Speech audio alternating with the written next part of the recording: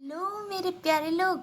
तो कैसे हैं आप लोग? आई होप आप लोग बहुत बहुत बहुत अच्छे होंगे। अगर नहीं भी है ना तो अभी हो जाएंगे, क्योंकि मैं इस वीडियो में सबसे इम्पोर्टेंट टॉपिक और आई थिंक थोड़ा हार्ड टॉपिक बहुत इजी वे में समझाने वाली हूँ। क्योंकि अभी जो पीपीटी खुल रहा है ना, वो तो आप लोग के लिए खजाना होने वाला है, क्योंकि सबसे इजी स्टेप्स मैंने इस पीपीटी में लिखा हुआ है किसी भी केमिकल इक्वेशन को बैलेंस करने के लिए।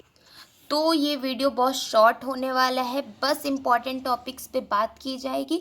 तो इस वजह से इस वीडियो को बिना स्किप किए आप लोग अच्छे से इम्पॉर्टेंट पॉइंट्स को लिखते जाइए।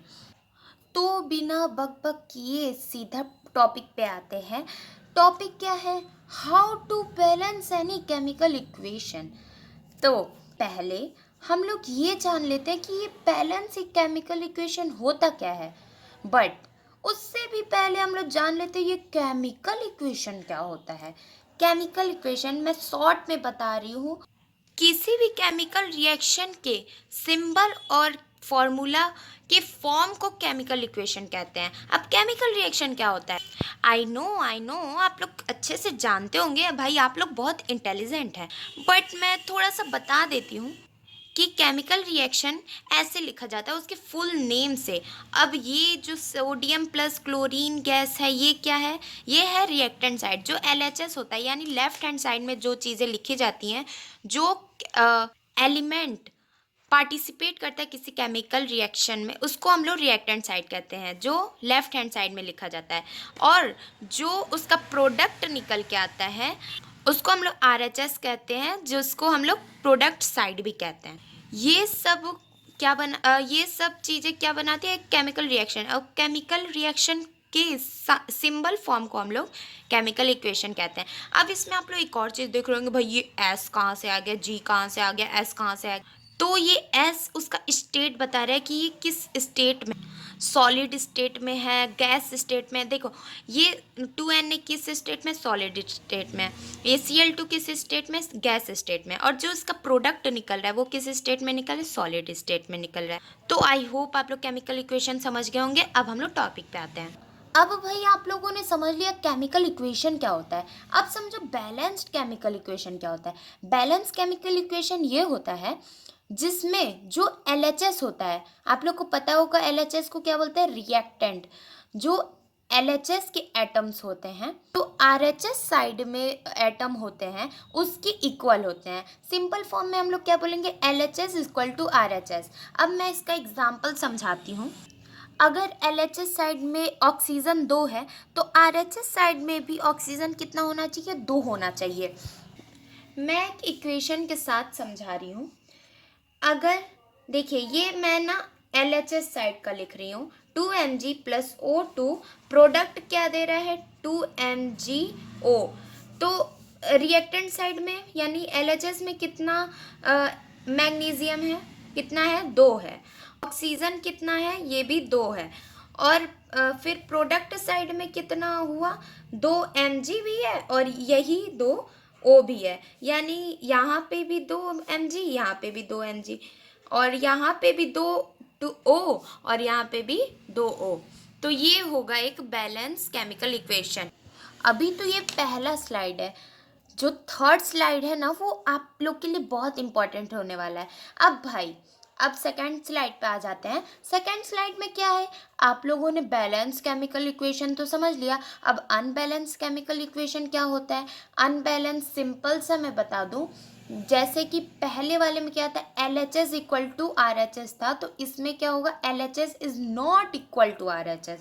जिसमें ये मैं एग्जाम्पल दे रही हूँ, ये एग्जाम्पल है Al4C3 plus H2O equal to, ये सॉरी ये वो है, रिएक्शन का साइन है, AlOH3CH4। अब आप लोग इसके जो रिएक्टेंट के एटम हैं वो प्रोडक्ट के एटम से इक्वल नहीं है। जैसे कि रिएक्टेंट साइड में Al कितना है? 4 है, प्रोडक्ट साइड में 1 है। और कार्बन कितना है? वो 3 है, रिएक्टेंट साइड में, और प्रोडक्ट साइड में 1 है, O 1 है, और प्रोडक्ट साइड में 3 है, H रिएक्टेंट साइड में 2 है, और प्रोडक्ट साइड में 7 है। तो अनबैलेंस केमिकल इक्वेशन ये होता है कि LHS is not equal to RHS। अब भाई सबसे इम्पोर्टेंट स्लाइड ये रहा। तो किसी भी दुनिया का कोई भी केमिकल इक्वेशन आप लोग को बैलेंस करना है, तो अगर ये सब स्टेप्स आप लोग फॉलो किए ना, तो वो केमिकल इक्वेशन जरूर बैलेंस हो जाएगा। तो फर्स्ट स्टेप क्या है? फर्स्ट स्टेप में ये है, firstly we take the metals from chemical equation. इसमें क्या बोल रहा है? किसी भी केमिकल इक्वेशन में जो मेटल होता है, यानी अब आप लोग पीरियोडिक टेबल में देखो, जो जो मेटल है किसी भी केमिकल इक्वेशन, तो उसको स्टेप 1 में हम लोग को मेटल के नेम लिखना है। मैं साथ ही साथ आप लोग को एग्जाम्पल दिखा रही हूँ। मैंने ये एग्जाम्पल लिया है, ये वाला। तो इस केमिकल इक्वेशन में मेटल क्या है? मेटल आप लोग को दिख रहा है, ये Al क्या है? मेटल है। तो Al को हम लोग सबसे पहले स्टेप 1 में लिखेंगे Al। और आप लोग कुछ इस तरीके से चार्ट बना लीजिएगा और स्टेप करके लिखना है। सबसे पहले क्या लिखना है? मेटल। मेटल क्या है? Al। और रिएक्टेंट साइड लिखना है, यानी LHS लिखना है। रिएक्टेंट साइड में Al कितना है? यहाँ पे आप लोग को दिख रहा होगा 4 है। LHS में रिएक्टेंट साइड में मेटल कितना है? 4 है। Al कितना है? 4 है। और प्रोडक्ट साइड में यानी RHS में Al यानी मेटल कितना है? 1 है। Al कितना है? 1। पहले स्टेप में याद रखना है कि मेटल को लेना है। मेटल आपकी केमिकल इक्वेशन में कौन मेटल है? Al है। Al ले लिया, उसका रिएक्टेंट साइड में कितने नंबर्स हैं वो लिखना है, फिर प्रोडक्ट साइड में कितने नंबर्स हैं वो लिखना है। सेकेंड स्टेप क्या बोल रहा है? सेकेंड स्टेप बोल रहा है after taking the metals then write the non metal. अब भाई हम लोग इक्वेशन में आ जाते हैं। इक्वेशन में नॉन मेटल क्या दिख रहा है आप लोग को? नॉन मेटल है कार्बन। कार्बन है तो हम लोग कार्बन लिख देंगे सेकेंड स्टेप में। उसके बाद LHS में कितने नंबर है कार्बन के? 3 नंबर है। प्रोडक्ट साइड में यानी RHS में कितने नंबर हैं? 1 नंबर है। मतलब देखिए आप लोग, कार्बन यहाँ पे 3 कार्बन है और प्रोडक्ट साइड में 1 ही कार्बन दिख रहा है। ठीक। अब जैसा कि आप लोग को पता है कि ऑक्सीजन और हाइड्रोजन दोनों ही नॉन मेटल है, लेकिन नॉन मेटल में ऑक्सीजन और हाइड्रोजन को नहीं लेना है। नॉन मेटल में ऑक्सीजन को स्टेप 3 में लेना है। हम लोगों के केमिकल इक्वेशन में ऑक्सीजन है, हाँ ऑक्सीजन है, तो स्टेप 3 में हम लोग को ऑक्सीजन लेना है।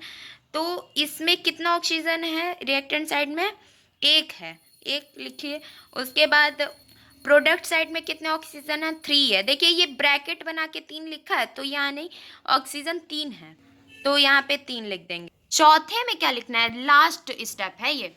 चौथे में हाइड्रोजन लेना है। हम लोग के केमिकल इक्वेशन में हाइड्रोजन है यहाँ पे है, तो हम लोग चौथे स्टेप में हाइड्रोजन लिख देंगे। उसके बाद रिएक्टेंट साइड में कितना हाइड्रोजन है? 2 हाइड्रोजन है, यहाँ दिख रहा होगा, तो यहाँ 2 लिख देंगे। प्रोडक्ट साइड में हाइड्रोजन कितना है? 4 है।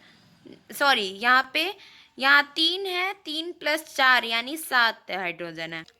तो ये पूरा इक्वेशन क्या हुआ? ये अनबैलेंस इक्वेशन है, क्योंकि LHS is not equal to RHS। अब मैंने जो एग्जाम्पल लिया है ये ना ज़्यादा इजी है ना ज़्यादा हार्ड है, ये मीडियम लेवल का, जिसमें आप लोग ना अच्छे से किसी भी केमिकल इक्वेशन को बैलेंस करना सीख जाएंगे अगर इस एग्जाम्पल को आप लोग अच्छे से देख लेते हैं तो।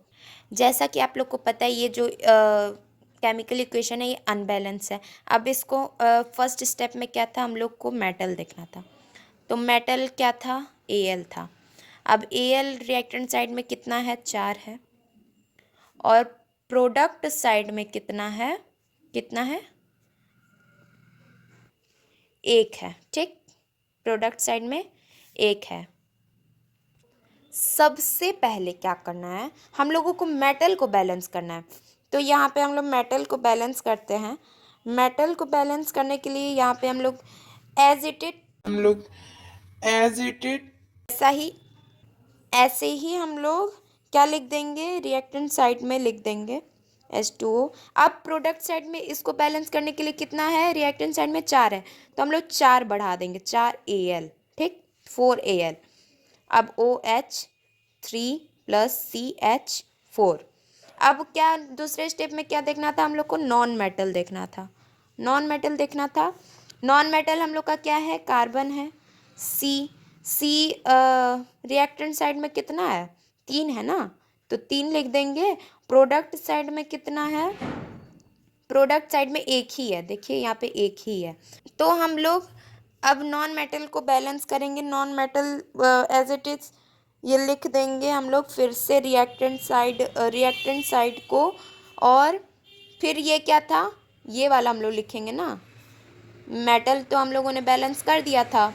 अब नॉन मेटल पे आए हैं, नॉन मेटल अब यहाँ पे सी है और रिएक्टेंट साइड में सी कितना है, 3 है, तो यहाँ पे हम लोग 3 बढ़ा देंगे, देखिए यहाँ पे 3 बढ़ा दे रहे हैं लोग, ठीक है, 3 बढ़ गया। अब क्या करना है, अब हम लोग को रीचेक करना है कि मेटल बैलेंस तो है ना, मेटल ये 3 बढ़ाने से कोई चेंज तो नहीं आया है रिएक्टेंट साइड में या प्रोडक्ट साइड में, दोनों इक्वल तो है नंबर्स में। तो Al4 यहाँ पे है और यहाँ पे कितना है, 4Al है, तो कोई चेंज नहीं है मेटल में। नॉन मेटल में C3 है, तो यहाँ पे 3C है, तो कोई चेंज नहीं है। लेकिन अब देखिए, अब कहाँ पे आए हैं हम लोग, ऑक्सीजन। तीसरे स्टेप में क्या देखना था हम लोग को, ऑक्सीजन देखना था। रिएक्टेंट साइड में ऑक्सीजन कितना है, 1 है। रिएक्टेंट साइड में ऑक्सीजन कितना है, 1 है। और प्रोडक्ट साइड में कितना है, अब हम लोग यहाँ पे मेटल बढ़ाए हैं, यहाँ पे 4, और देखिए यहाँ पे 3 ऑक्सीजन है, दिख रहा है आपको, 3 ऑक्सीजन है। अब ये 4 से इंटू हो जाएगा 3। अब ये बहुत झमेला है, आप लोग अच्छे से समझिए। यहाँ पे आगे 4 लिखा है ना, एकदम आगे है, और ये पूरा 1 में है, तो ये इंटू हो गया 3 से, ठीक, 3 से इंटू हो गया, 4 3 ज़ा 12, तो कितना एटम है, 12 एटम है। कई बार बच्चे यही भूल जाते हैं कि यहाँ पे 4 है और यहाँ पे होल 3 लिखा है, तो इंटू ही करना भूल जाते हैं, लेकिन नहीं भूलना है, यहाँ पे 12 प्रोडक्ट साइड में, तो हम लोग को क्या करना पड़ेगा, रिएक्टेंट साइड में कितना रखना पड़ेगा, 12। और रिएक्टेंट साइड में ऑक्सीजन कितना, 1 ही है ना, तो फिर हम लोग इसको सही करेंगे। Al4C3 प्लस यहाँ पे 12, देखिए यहाँ पे 12 हम लोग को यहाँ नीचे नहीं लगाना है, ना कि यहाँ पे लगाना है, हम लोग को 12 आगे सामने लगाना है, 12, तो 12। H2O तो 1 में है, H2O 1 में है, लेकिन हम लोग को ऐसे नहीं लिखना है H212O, ऐसे नहीं लिखना है, 12H2O लिखना है, 12H2 हो गया। अब प्रोडक्ट क्या है, 4OH3 प्लस 3CH4। अब फिर हम लोग को रीचेक करना है कि मेटल में, नॉन मेटल में या ऑक्सीजन में कोई डिफरेंस तो नहीं है, सबके नंबर्स में। ये तीनों metal, non metal, oxygen balance तो है, तो हम लोग चेक कर लेते हैं। Al4 है यहाँ पे, फिर यहाँ पे भी Al4 है, यहाँ पे C3 है और यहाँ पे भी C3 है, और यहाँ पे ऑक्सीजन 12 हो गया, और यहाँ पे ऑक्सीजन कितना है, 12 ही है, ठीक। अब हाइड्रोजन एटम पे आएंगे। ये हाइड्रोजन ना रिएक्टेंट साइड में कितना है, 2 24 इंटू होगा ना, जानते हैं, यहाँ पे समझाएं, 2 × 12 24, और यहाँ पे 24 है। अब प्रोडक्ट साइड में हाइड्रोजन कितना है, प्रोडक्ट साइड में यहाँ पे 3 हो गया, फिर 4 1 ज़ा 4 4 3 ज़ा 12 प्लस 3 कितना होता है, 15। अब प्रोडक्ट साइड में कितना हाइड्रोजन है, प्रोडक्ट साइड में देखते हैं, 4 1 ज़ा 4, यहाँ पे सामने लिखा है ना, और ये सब 1 में है, तो 4 1 ज़ा 4 4 2 ज़ा 8 4 3 ज़ा 12। अब प्लस यहाँ पे 12 लिख लीजिए, प्लस 4 1 ज़ा 4 4 2 ज़ा 8 4 3 ज़ा 12, अब ये 1 में है, यहाँ पे भी 12 है, तो +12 + 12 कितना हो गया, 24 हो गया। तो ये सब करने के बाद हाइड्रोजन क्या है, बैलेंस हो गया। तो हम लोगों का बैलेंस इक्वेशन क्या बनेगा इसका, तो ये है हम लोग का balance equation, Al4C3 plus 12H2O, product क्या निकला, 4Al, OH3 3CH4। तो ये था एक अच्छा सा एग्जाम्पल आप लोग को बैलेंस इक्वेशन बैलेंस करने को समझाने का। आई होप आप लोग ना बहुत अच्छे से मन लगा के समझे होंगे। ये जो स्टेप है आप लोग फॉलो कर लिए ना, तो क्या बताएं, आप लोग एकदम सीख जाएंगे बैलेंस करना। और गाइज एक और चीज़, मैं ना इस चैनल पे सिर्फ इंपॉर्टेंट टॉपिक्स ही बताऊंगी। जैसे मैं कोई सिलेबस नहीं पढ़ाऊंगी, बस इंपॉर्टेंट टॉपिक ही बताऊंगी। तो आप लोगों को अगर कोई इंपॉर्टेंट टॉपिक समझना है तो आप लोग हम मुझे कमेंट में बता सकते हैं, तो मैं उसे ज़रूर बताऊंगी। और आप लोगों को ना कोई केमिकल इक्वेशन बैलेंस करने का कुछ और भी क्वेश्चंस समझने हैं, कोई और भी क्वेश्चंस बताएंगे, प्रैक्टिस करवाएंगे, अगर ऐसा भी करना है तो आप लोग कमेंट में जरूर बताइए कि मैं इसका दूसरा भी पार्ट लाऊं, जिसमें कम से कम मैं 10-15 क्वेश्चंस आप लोगों को प्रैक्टिस करवाऊं और उससे मेरी भी प्रैक्टिस हो जाएगी। और मेरे पास बहुत सारे इंपॉर्टेंट इक्वेशंस भी अगर आप लोग चाहते हैं कि मैं उसे आप लोग को प्रोवाइड करवाऊँ, तो आप लोग कमेंट में जरूर बताइएगा। अभी के लिए बाय बाय। अगर आप लोग अच्छे से समझे नहीं है तो इस वीडियो को फिर रिपीट देखिए, 2x पे देखिए, जहाँ से मैंने इंपॉर्टेंट टॉपिक स्टार्ट किया है वहाँ से देखिए, तो आप लोग फिर से अच्छे से समझ लीजिए, क्योंकि इसमें मैंने हर एक इंपॉर्टेंट टॉपिक बताया है किसी भी केमिकल इक्वेशन को बैलेंस करने के लिए। अभी के लिए बाय बाय, लव यू।